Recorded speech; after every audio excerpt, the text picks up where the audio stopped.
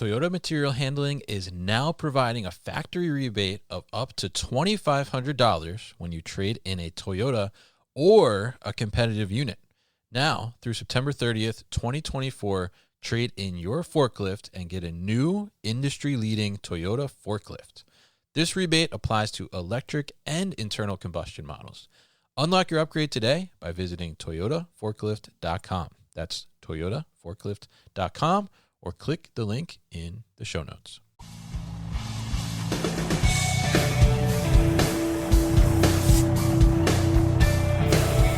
The New Warehouse Podcast, hosted by Kevin Lawton, is your source for insights and ideas from the distribution, transportation, and logistics industry. A new episode every Monday morning brings you the latest from industry experts and thought leaders. And now, here's Kevin.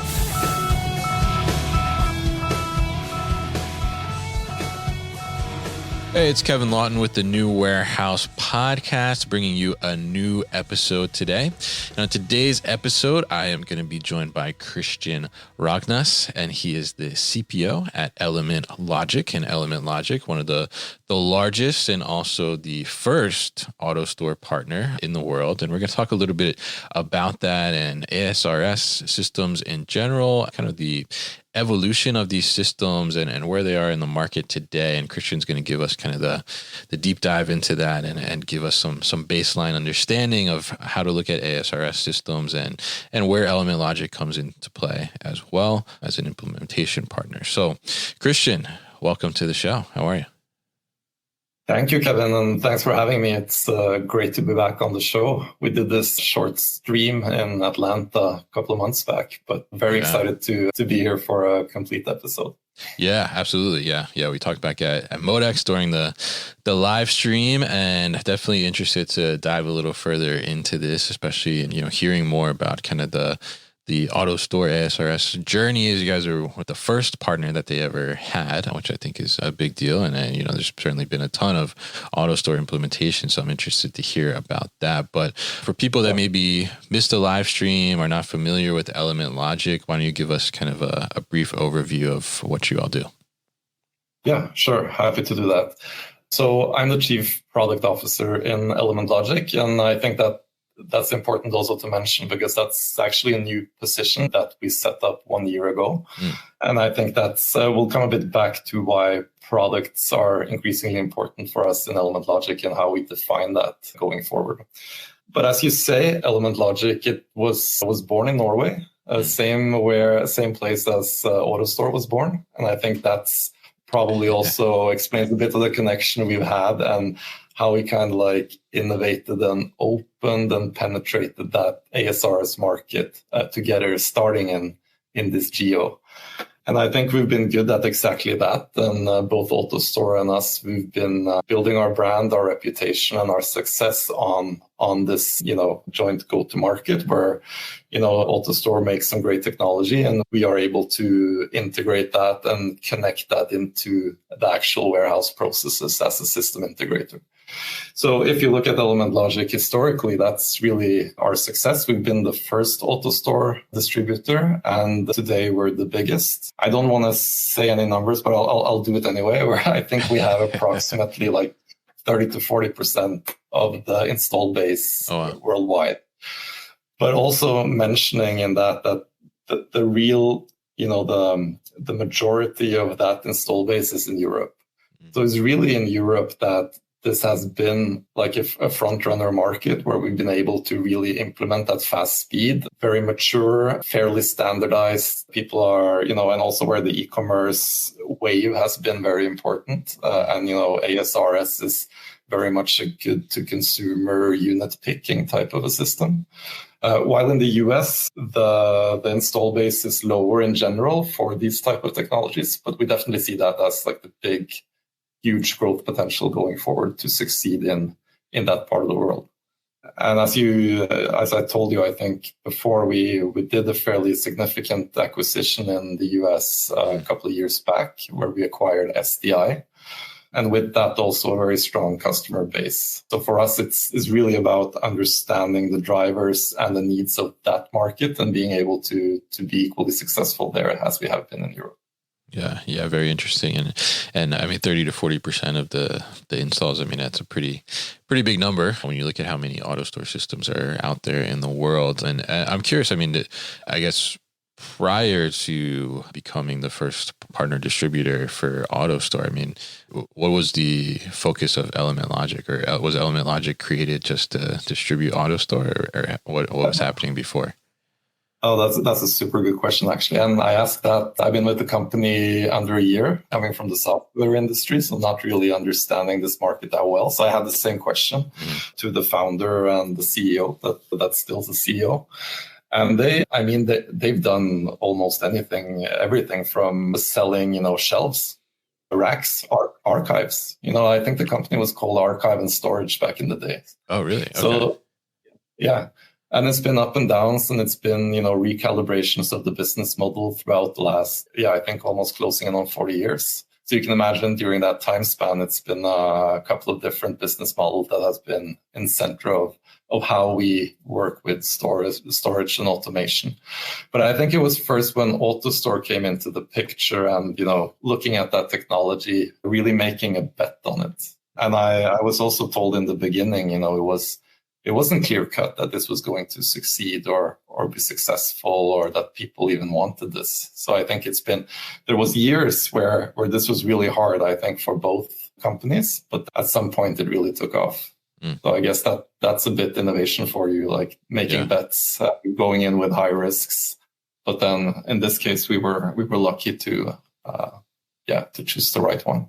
Yeah, it's very interesting because I think about the AutoStore solution. I could see like how that would lend itself to archives in a sense, and like why the founder would think that like, oh, this could be a potentially good solution for us and our customers. So very interesting there. And I mean, since you're the first AutoStore distributor partner that's been out there. I mean, I'm curious, as we look at the idea of an ASRS system, which AutoStore is, an automated storage retrieval system. How have we seen, and how has Element Logic kind of seen the ASRS evolve over time to where we are now? Yeah, I think that the first battle that we had to fight was between manual and automation. I think that was like the first actual thing we had to sell in, like why go from manual processes to automatic processes. And from there, I think the ASRS is still a very, very young space. It hasn't existed for that long, and it's really in the ramp up of the market with enormous high growth rate, to be honest. So if you compare to any other industry or any other technology, so in that sense, I think it's a bit early to say like how has it evolved and how will it evolve. But what we see, of course, is that the technology is being challenged by competing technology, alternatives, other patents. So in that sense, it's becoming a more crowded place, which is normal. Again, when you are first into a market, you are usually there first for some time, and then if the market is attractive enough, then other players will come into it. And I think that's probably where we are now. I think it's like 23, 24 distributors to AutoStore, just to put it in context. Yeah. And for us, the differentiation in that market is, it's hard if you only compete on delivering AutoStore, right? So it's really about finding what's unique with Element Logic in this case, and how can we kind of like play on those competitive assets going forward. When it comes to the ASRS market in general, I think it also makes sense to look at the e-commerce space, like the development of goods to consumer. Because in the beginning, you had, I like to do my online shopping and all of that was good. But then Corona came and COVID came, and then suddenly that's basically how you had to do your shopping. Yeah. So that really spiked that type of transaction between company and consumers. And then now going out of COVID and looking at, for example, wholesale or large distribution centers, you also see the situation where you're using these goods to consumer type of concepts. Also, when you think about like shipping, like back in the days, maybe you wanted to ship 100 jeans to a Macy's. Still, you do that. But many companies are now, basically Macy's are saying in the evening that they want 3 of this, 2 of this, 1 of this, 7 of this. Yeah. And the morning after, it's in place, it's in the store. So also thinking a bit like immediate, no waste, very speedy type of wholesale processes is also a big development we see within this space, particularly in Europe. Yeah. We actually have a customer now that where you can basically order something in the evening, and then you can go to a store location, and then you can pick it up from your own AutoStore ports. Like really? It doesn't even get shipped, right? So you have basically 10 robots going there or something like that. Then you have a couple of ports for the store and for the employees of the store. And then you have one which is external for the consumer to go and pick up. Interesting. Yeah. I remember seeing, I think it was at ProMat last year in the AutoStore booth, like the pickup port, I guess, that they had come out with, and exactly. And that concept. Yeah. I mean, I think that's very interesting. And I think, it's, I mean, it's funny too. I think like, the AutoStore, I want to say that the store in AutoStore was more around like storage, right? But now it's like, it's becoming like, it's just like what the store of the future kind of looks like in a sense, right? And it sounds like, you have an example there where, customers can go and I guess they essentially do the pick themselves, right? So you're kind of eliminating a lot of retail workers there, I'm sure, right? We'll be back after a quick break. When it comes to systems, you want something that will start showing results fast. You're looking for a tool that can enable your 3PL or warehouse to get to the next level. So why wait? That's why Carton Cloud provides supported, fast onboarding that can have your WMS up and running in hours, not months. Jump into Carton Cloud's easy-to-use workflows for all of your services, including cross-docking, serialized inventory tracking, e-commerce order fulfillment, and more. This software is built by logistics people for logistics people, and those logistics people are standing by to help train you and support you so that you can be successful with your customer. With 24/7 real-time reporting and free online training, you need to check out Carton Cloud for your operation. Take the next step in your operation by heading to cartoncloud.com/free-demo or click the link in the show notes. Exactly. And I think, the technology is one thing, and that this is actually launched as a technology. That's great, but it's going to be super interesting to see how the market adapts to this. Like if this actually works with the business models, with the processes that the stores and the organizations want to run. Because I think that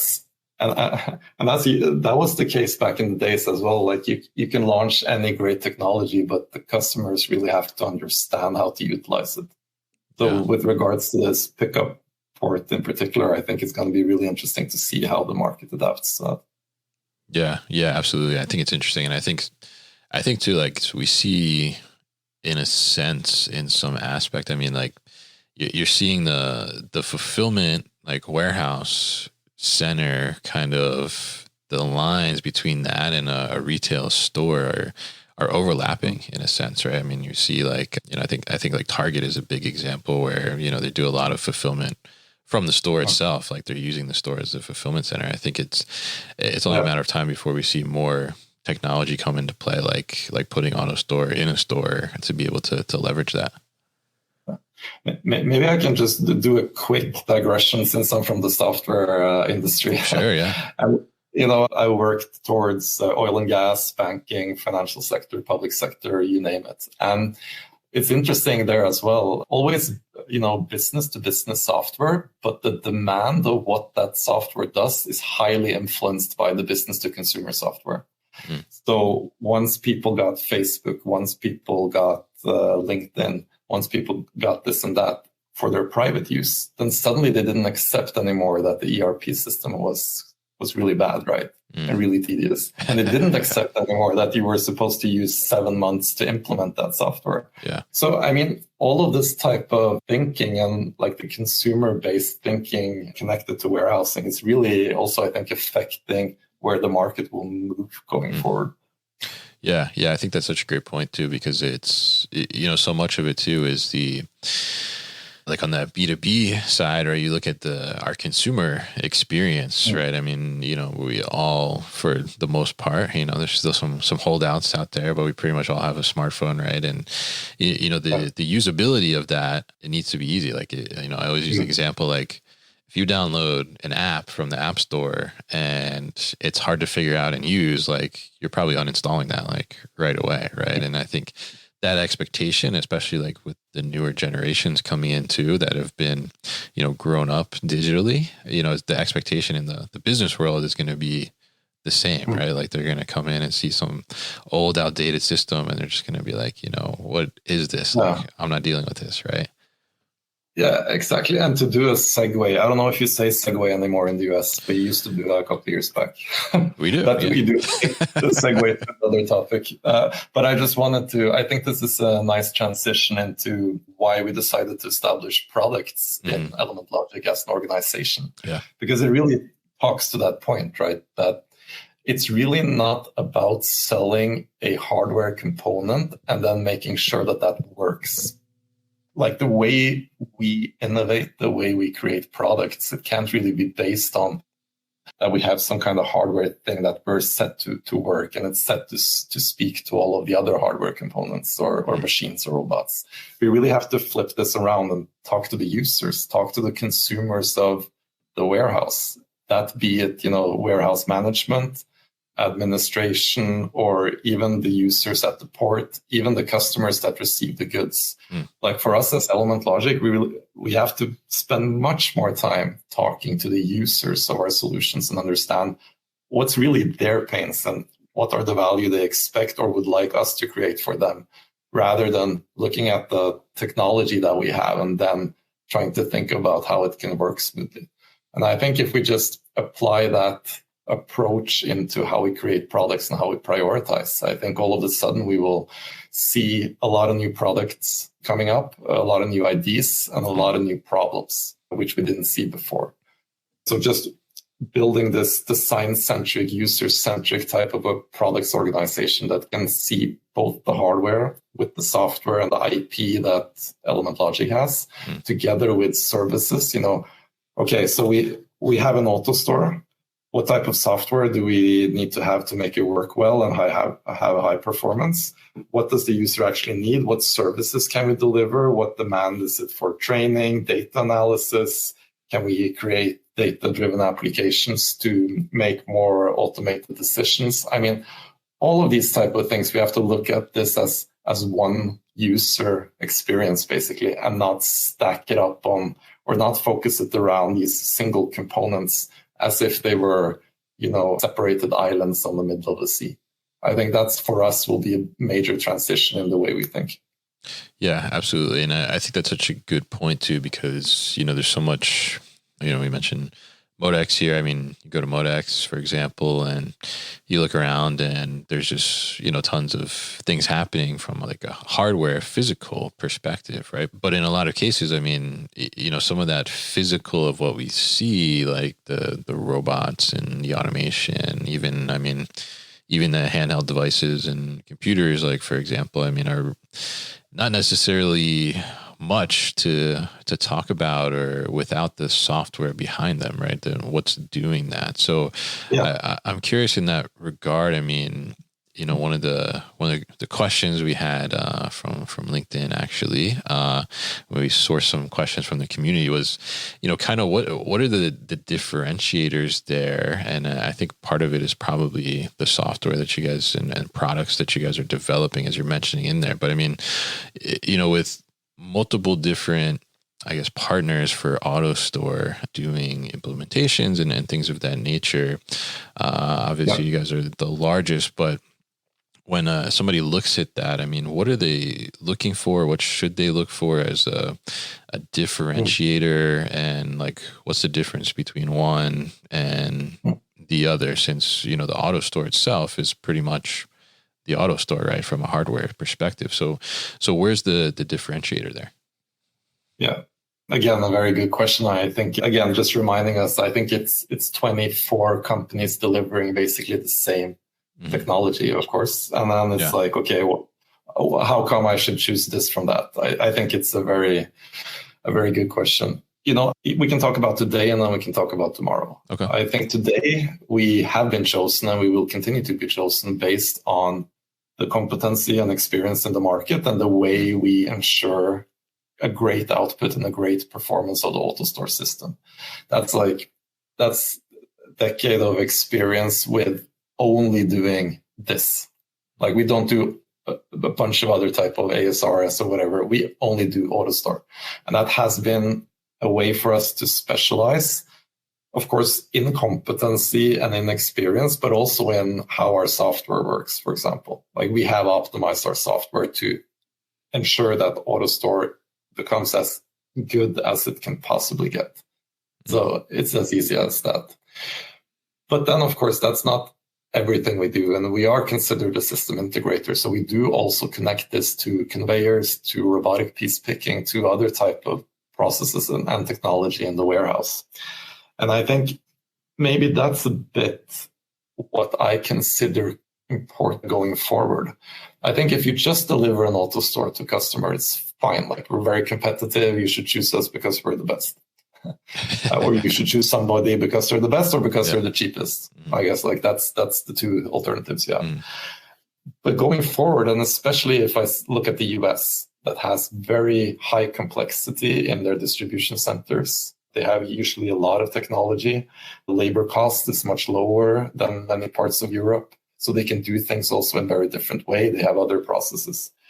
I think in those cases, and these cases are a large part of the warehouse automation market, so we have to deal with them in some way. I think what they really want, the customers I've been talking to, it's about this holistic view on the operations in the warehouse. To them, ASRS is one component, is one out of 20 components. What they really want to know is like, how is this whole setup looking? Is everything integrated? Is everything smooth? Where's my one login to look at everything I need at once?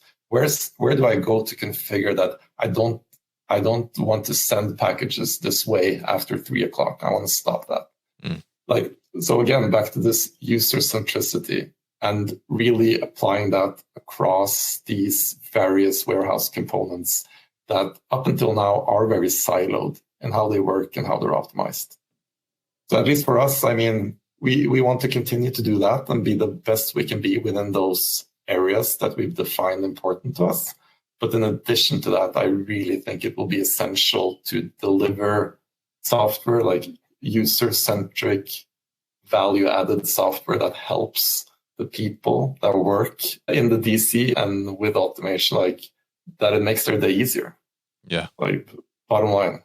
And to be honest, it sounds super simple, but I don't think it's very easy to do. But I think that company that will manage to do that will probably have a very solid competitive advantage going forward. Yeah, absolutely. No, I think being a previous warehouse manager, I mean, it's certainly, I mean, it sounds easy. Like, how do we, make these workers' lives, easier? And, on the surface level, they're just picking items right off a shelf or something. Like, what's so difficult about that, right? But it is like, very repetitive. It's challenging. There's reaching, bending. Over time, it wears on you and certainly develops fatigue and, potential strains as well from a safety perspective. And I think, that's such a great thing to point out. And I think it's making sense to me why, they've created this CPO position, why they've brought you on from the software side of business as well, because developing that good user experience, I think, is such a key to really driving not only the ability to, I guess, attract additional talent, offset talent that maybe is lacking or is hard to get in certain areas, but also then retain that talent that you still need, I think, is super important too. So being able to create that great experience, I think, is certainly a great factor there. And certainly, like you said, a competitive advantage for sure for not only the solution provider, but then the end user to also have a competitive advantage on hiring and recruiting and, just having overall great worker experience, I think is super important. Yeah, I think this is actually a very important point, which we don't speak that much about. And I have to say, like, switching industries, my first visits to DCs and warehouses was a very strong experience because, you have some of these which are very smooth, very silent, good air, whatnot. But then you also have these warehouses, which is like really hot, not ventilated, noise levels going through the roof. And, I can't really help thinking like, I want to do something with this. Our contribution back to the industry that has done so much for us, like how do we actually improve worker conditions? How do we make sure that like the sick leaves goes down in this industry because it's skyrocketing, right? How do we make sure that we have retention? How do we make sure we can like switch from repetitive tasks to more insightful, purposeful tasks for the employees? So I think really, and I think if we will grapple with these problems, again, we will arrive at problems, which again will generate solutions that I'm sure our customers would be happy to look into. Yeah, absolutely. And I think that's such a great thing, and definitely I'll say like a noble thing too as well, to take on as a mission to be able to do that, because I think at the end of the day, like you want those workers, whether you're the one providing the solution that they're using or you're the one that's managing them, hiring them, you want those workers to be comfortable, and you want them to go home the same as they came in, and hopefully at some point to go home better even too, maybe in some cases. And I think that's a great thing to aspire to, and something that you guys are working on. So I think that really is a great thing to point out there. So I'm curious, as we look at kind of Element Logic into the future, how do you continue to grow, and maybe what are some things on the horizon within the market for you guys? Yeah, I think if we break this down in regions, I have to say, like in Europe, we have high market penetration. Things are going well for us. We have very high maturity, both not just with us, but also with our customers. They're like high customers that really understand like what best in class warehousing looks like. So here it's really about, keeping momentum, keeping market share, and evolving with these very demanding, innovative customers, managing to innovate with them. Then I think for the US, for example, it's a bit different, because there I think there's an untapped market, which we haven't really, where like from product's point of view, we have to get people over there. We have to, have our people working side to side with the customer, following them, looking into the processes, really understanding how they work there, and not assume that what works in Europe will work in Texas or in Kentucky, but really, not assume. So there again, it will be like a major undertaking to really understand what will be our offering in that market and how to really scale that in a good way.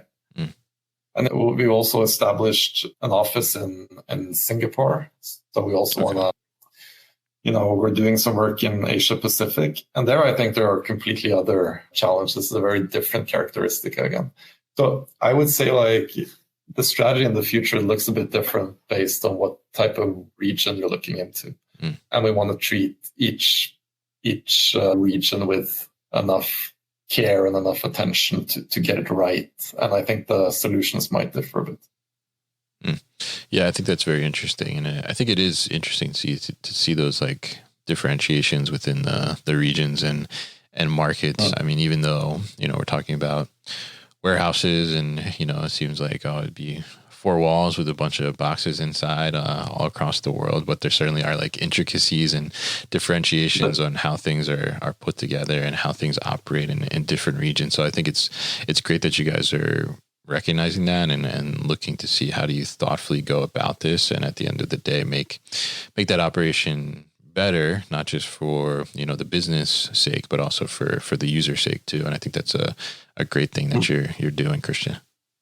Thanks for that. Yeah, absolutely. And I think it also goes to you just look into the risks of building something. It varies to such a great extent depending on which geo you are operating in. Just take like laws and regulations. Or let's say you go into a place in the US where you have seismic activity, right? You have earthquakes. Right. Then, like, just that fact really affects the solutioning and how you have to think about that construction.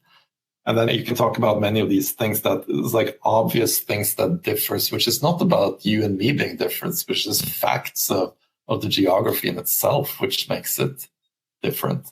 Or stuff such as labor cost, which we see has a huge effect on processes. So we see that processes are usually an effect of labor cost, which also makes sense because if you can, if labor cost is low, then you can add more people and you can run maybe more people-intensive processes, and that would make sense financially. While in other countries where, for example, square meters, as we say in Europe, and labor costs in many areas are very expensive, and then you have to think alternatively, and you have to think high installations, and you have to think less people in the mix. So I think it's really... And that affects processes and affects basically what you want to do there. So yeah, really being empathic about that different people are different. Yeah, absolutely. And I think that's so important to recognize. And I appreciate you talking about that and calling that out. And I appreciate all your insights and thoughts today here in our chat, and I really appreciate your time on the show as well. So I want to thank you very much for coming on and talking to us all about Element Logic and ASRS and AutoStore and all the things that you guys are up to. If people are interested in learning more about Element Logic, what's the best way to do that? I think our website Google is a very good tool there. So you type in Element Logic, and I'm sure you'll get some contact information and more insight on what we do. All right, great. And we'll find that website for you, and we'll put it at thenewwarehouse.com as well, and in the show notes so people can easily find it. So Christian, thank you once again for joining me on the show today. You've been listening to the New Warehouse Podcast with Kevin Lawton. Subscribe and check us out online at thenewwarehouse.com.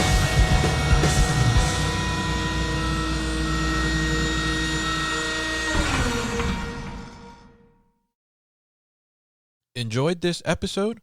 Make sure you are subscribed to the podcast, and for more content from the New Warehouse, find us on LinkedIn and YouTube. Links to subscribe can be found in the show notes, and for everything The New Warehouse, head to thenewwarehouse.com.